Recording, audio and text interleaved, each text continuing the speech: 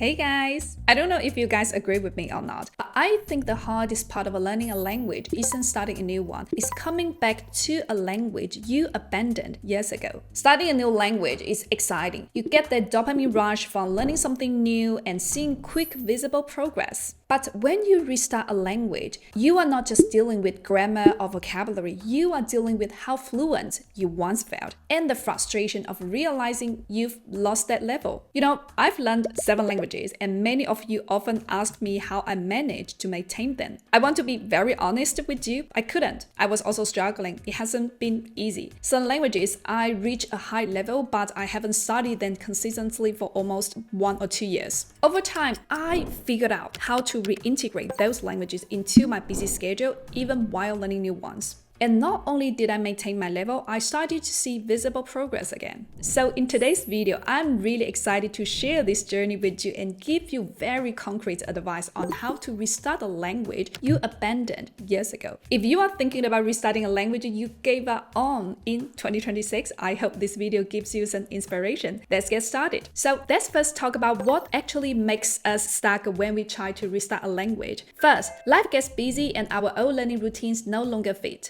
As life changes, priorities change. For me, I'm finishing my PhD, working at a research institute, running different channels, trying to go to the gym regularly, eat well, and spend quality time with friends. All of that matters to me. So naturally, I have to reduce the time I dedicate to language learning to make space for everything else. And that makes sense. But over time, trying to juggle all of this starts to feel overwhelming. I leave one language aside, then another, until restarting feels heavy instead of exciting. Second, the lack of visible progress and dopamine. When you are at a B2 or C1 level, progress becomes much less visible. You are no longer learning obvious new structures or vocabulary every day. And that dopamine you get at the beginning of a language is mostly gone. It becomes harder to stay motivated when you don't feel a clear reward. Third, outdated beliefs about how language learning should look. This point is very important. I often unconsciously associate language learning with long study sessions, strict routines, and high intensity, especially because that's how I learned in the past. I used to study languages 4 or 5 hours a day. That worked for my life back then. So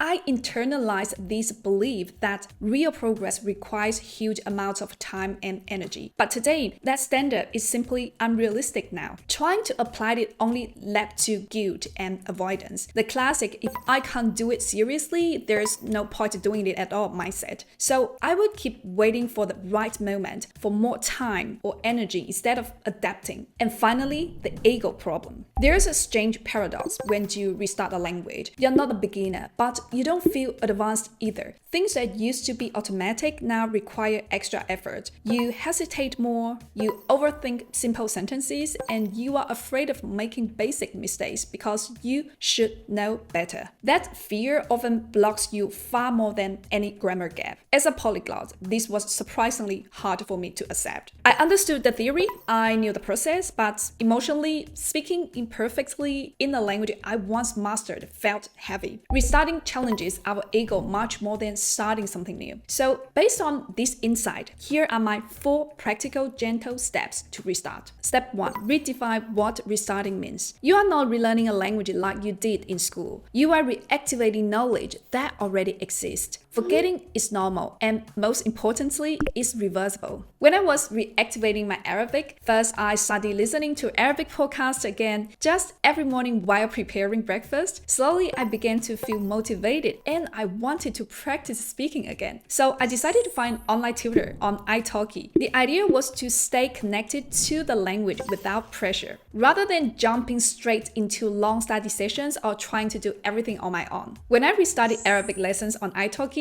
I was a bit stressed at first. I hadn't practiced for a long time and I used to speak the language without thinking. Suddenly, even the most basic words felt buried deep in my memory. My tutor, Mahmoud, Shukran, kept telling me, it's fine, you already put everything into boxes, now you just need to open them. مثل ما حكينا يعني هو مثل صندوق صغير وشوي شوي شوي شوي بيفتح لحاله وهو ايه بيطلعوا كل صح، الكلمات. كله كلمات قواعد كل شيء مم. دائما مم. بيذكرنا لأنه مم. تعلمنا لازم نمارس يعني شوية أكيد شوية ونرجع. And he was right. After only a few one-on-one speaking sessions, I could feel my level coming back. My fluency started to return. Actually, my knowledge was never gone. It was simply waiting to be reactivated. What's interesting is that this time, I understand the language differently and more deeply. I notice mistakes I used to make, and I have a much fresher, clearer relationship with the language. Reconnecting is actually a very good feeling. Step 2. Lower the bar on purpose. Short sessions, limited frequency, no pressure to be serious. Right now, I only take 2 Arabic speaking sessions per week, each 30 minutes long, and I do that very intentionally. One reason I like finding tutors on italki is the flexibility it offers. I know myself, if the sessions are too long, I talk too much, ask for too many new words, and then feel overwhelmed by everything I need to review. With 30-minute sessions, I can fully digest what we covered, and then spend another 30 minutes reviewing calmly. That's only about 2 hours per week, and is completely manageable. I used to think 2 hours a week wasn't enough. We couldn't see progress. But now I realize with full focus and the right techniques to actively use what I learn, I started to feel clarity and fluency returning. Sometimes I also do a short shadowing session of a podcast, just following the rhythm, repeating and writing down a couple of new words. I intentionally keep it small. Let me explain why. Step 3. Less is more. Quality matters more than quantity. Today, I learn less and I do it on purpose. I don't overwhelm myself with podcasts, YouTube videos, or a fake immersion environment. If I still had 4 or 5 hours a day like before, that might work. I realized when I was in college, I learned a lot, but without much prioritization. But now, I have to be smart with my time. I know how to focus on what's truly useful. For example, with German, I choose content that connects directly to my life and work. Often sociological topics, I listen, read, and then discuss them with my tutor on italki. I currently take 2 German sessions per week with Jakob, an amazing tutor, very methodical and patient. Als Chinese habe ich immer Probleme damit, auf das Verb an Satzende zu warten. Ja, das ist tatsächlich eins der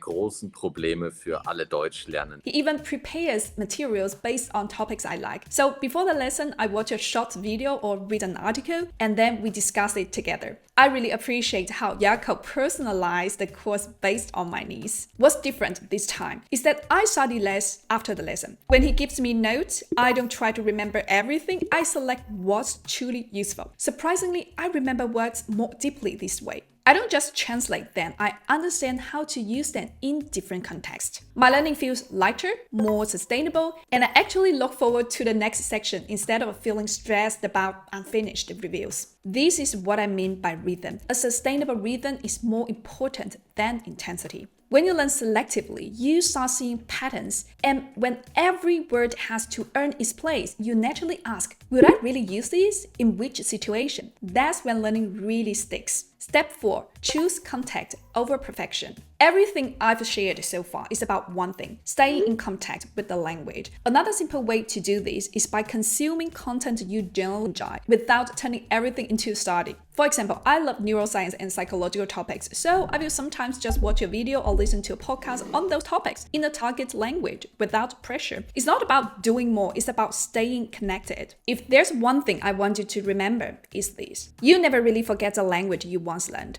What disappears is not the language itself, but the conditions that once made learning easy: time, energy, and mental space. And when those change, the solution isn't to force yourself harder, but to adapt. Restarting isn't about going back to who you were. It's about meeting the language where you are now, with less pressure, more intention, and the rhythm that fits your life today. That's how languages come back. Alright, before we end, I want to give a quick shout out to italki and to my amazing tutors, Mahmoud for Arabic, Jakob for German, and Sonia for Italian. Thank you to italki for collaborating with me on this video. I personally use the platform a lot and generally enjoy it. It's an excellent way to find suitable native tutors at a reasonable budget. If you are currently restarting or thinking about restarting a language in 2026, you can also check out italki. The platform covers more than 150 languages. If you are interested, click through the link below in the description. Buy $10, get $5 using my code Zoe26. The discounts are only available for the first 50 users. Now, I would really love to hear from you in the comments. Which language are you restarting and what's been the hardest part about coming back? If you find this video helpful, don't forget to give me a like. I will also be sharing more realistic strategies for learning languages in the future. So feel free to subscribe if that's something you would like to explore with me. I will see you in the next one. Bye!